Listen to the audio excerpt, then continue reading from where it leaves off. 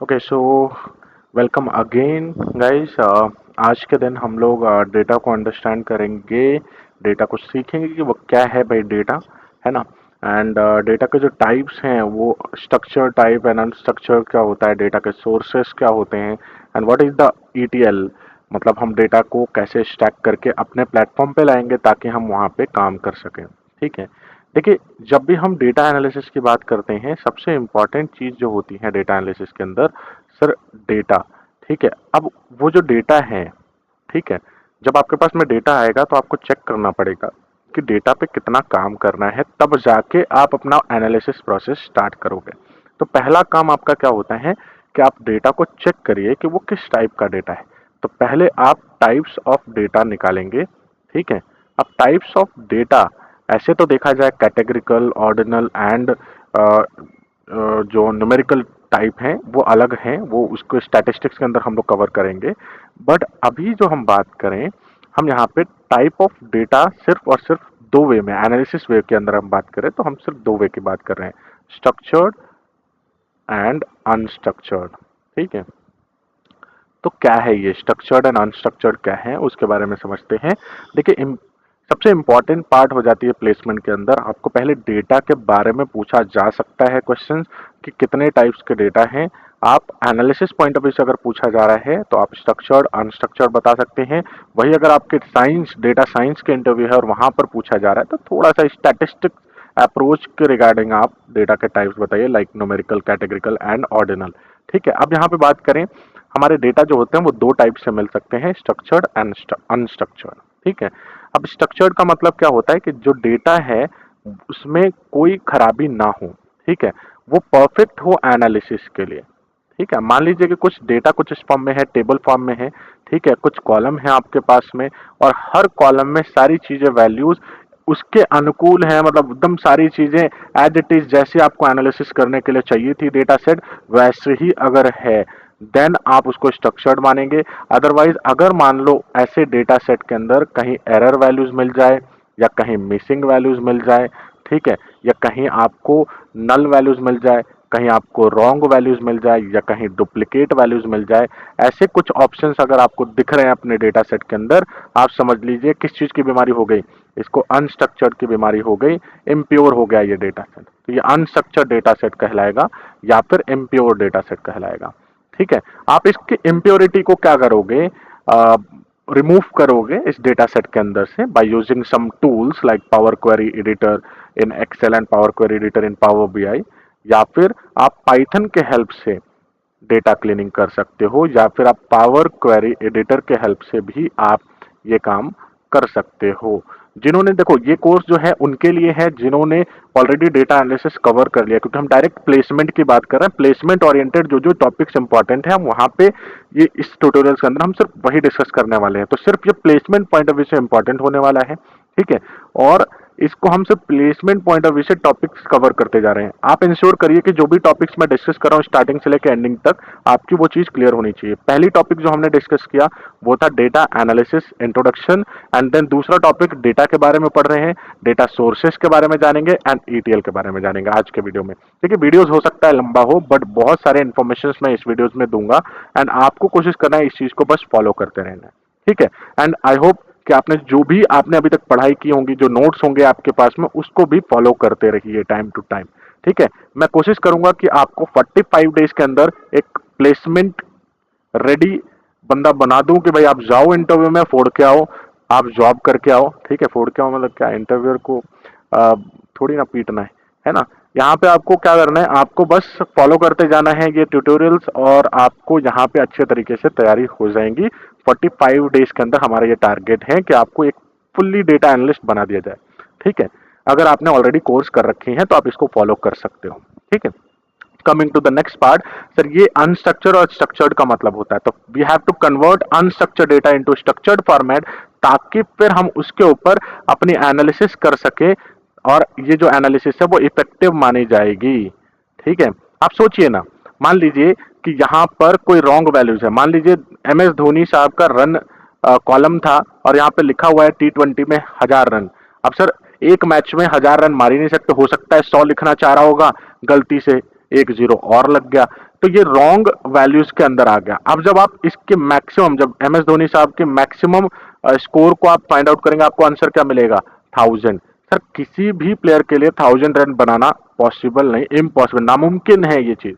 ठीक है, और आप मुमकिन सोच ही नहीं सकते सर कि 20 ओवर की मैच है, 1000 रन अकेला एक बंदा मार दे, ये चीज पॉसिबल नहीं है। हाँ, 100 रन मारना पॉसिबल है। गलती से बाई मिस्टेक अगर मान लो 1-0 और ऐड हो गया या कुछ भी गड़बड़ हो जाए डेटा के अंदर, तो सर इफेक्ट हमारे एनालिसिस पे दिखता है, हमारा मैक्सिमम वैल्यू चेंज हो गया। तो इस वजह से ऐसे अनस्ट्रक्चर्ड डेटा को क्या करना पड़ेगा?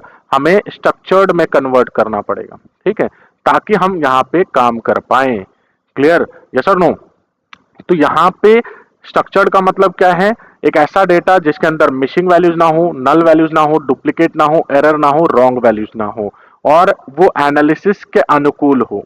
ठीक है, जैसा मुझे गोल्स दिया गया है, जो ऑब्जेक्टिव एनालिसिस करने के लिए जो ऑब्जेक्टिव हमारा बना है, उसके ऑब्जेक्टिव के साथ मेल खाता हो वो डेटा, उसके अंदर कोई भी दिक्कत ना हो, तो वैसे में हम क्या मानेंगे? उसको स्ट्रक्चर्ड डेटा मानेंगे। आइए हम लोग नेक्स्ट टॉपिक की तरफ चलते हैं, और नेक्स्ट टॉपिक है हमारा डेटा सोर्सेस।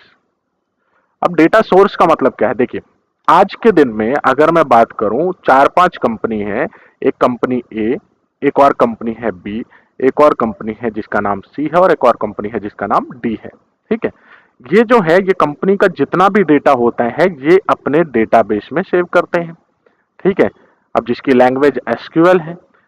बी जो है, बी जितना भी डेटा होता है वो एक फोल्डर के अंदर बहुत सारे एक्सेल फाइल के अंदर, सीएसवी फाइल के अंदर सेव करते हैं। सी जो है वो अपना डेटा एक जेसन फॉर्मेट में या फिर एक एपीआई के थ्रू एक्सेस करने का ऑप्शन रखते हैं, कि अगर आपको डेटा एक्सेस करना है तो एपीआई के थ्रू एक्सेस कर सकते हो, और जो डेटा रिट्रीव होगा वो कौन से फॉर्मेट में होगा? जेसन फॉर्मेट में, जावा स्क्रिप्ट ऑब्जेक्ट नोटेशन फॉर्मेट में आपका यहाँ पे डेटा प्रेजेंट होगा। और डी जो है वो अपने डेटा जो है वो कहीं ना कहीं मान लो इन फॉर्म ऑफ पीडीएफ रखते हो, या फिर ऐसे अलग अलग सोर्सेस होते हैं इनके डेटा को प्रिजर्व करके रखने के लिए।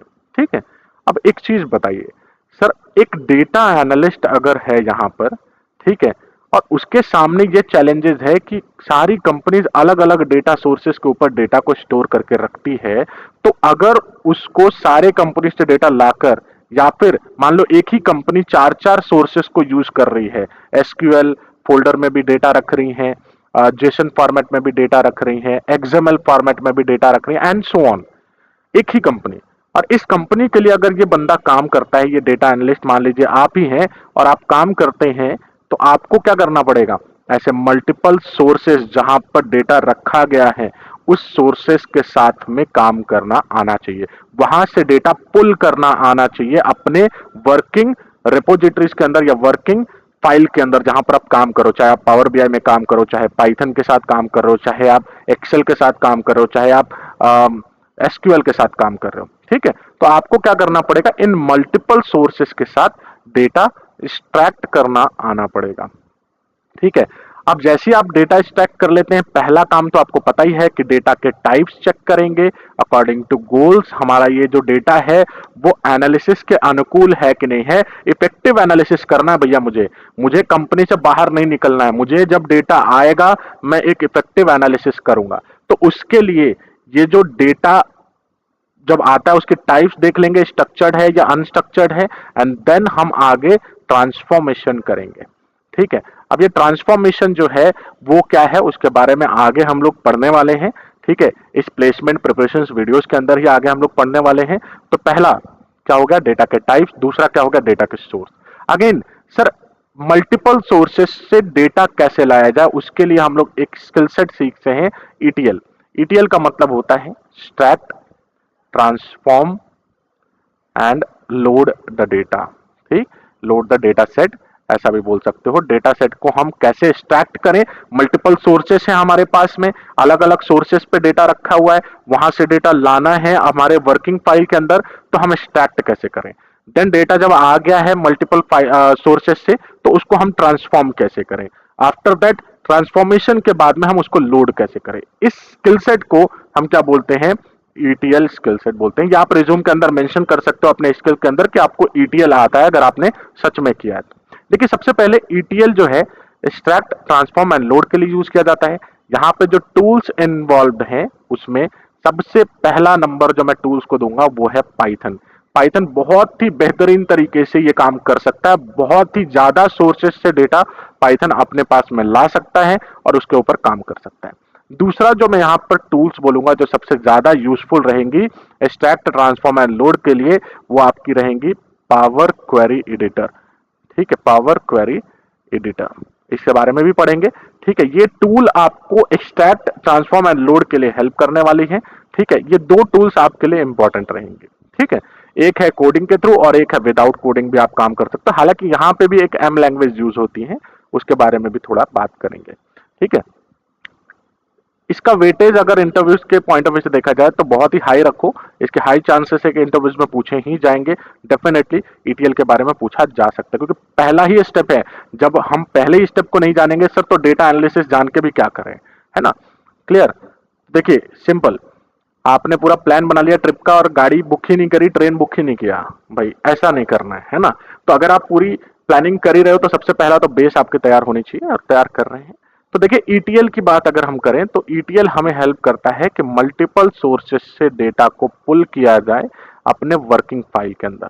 ठीक है, ये मान लीजिए मेरा माई वर्किंग फाइल है, माई वर्किंग फाइल। अब चाहे ये किसी भी चीज टूल्स के फाइल हो, लाइक एक्सेल का फाइल हो या फिर पावर BI का फाइल हो या SQL का हो या फिर आपका पाइथन का हो। आप पुल कैसे करेंगे, एक्सट्रैक्ट कैसे करेंगे। आफ्टर दैट आपको एक्सट्रैक्ट करने के बाद में इसको टाइप्स वगैरह जो भी फाइंड आउट करना है वो करना है वो बाद में। ठीक है, जब भी आपको ट्रांसफॉर्म वगैरह करना होगा वो आगे की बात है, वो हम कैसे ट्रांसफॉर्म करेंगे, किस तरीके से करेंगे वो हम देखेंगे। देखिए एक्सट्रैक्ट करने के दो तरीके होते हैं। पहला, इन फॉर्म ऑफ क्वेरी आप एक्सट्रैक्ट कीजिए, या फिर दूसरा इन फॉर्म ऑफ कनेक्शन आप एक्सट्रैक्ट कीजिए।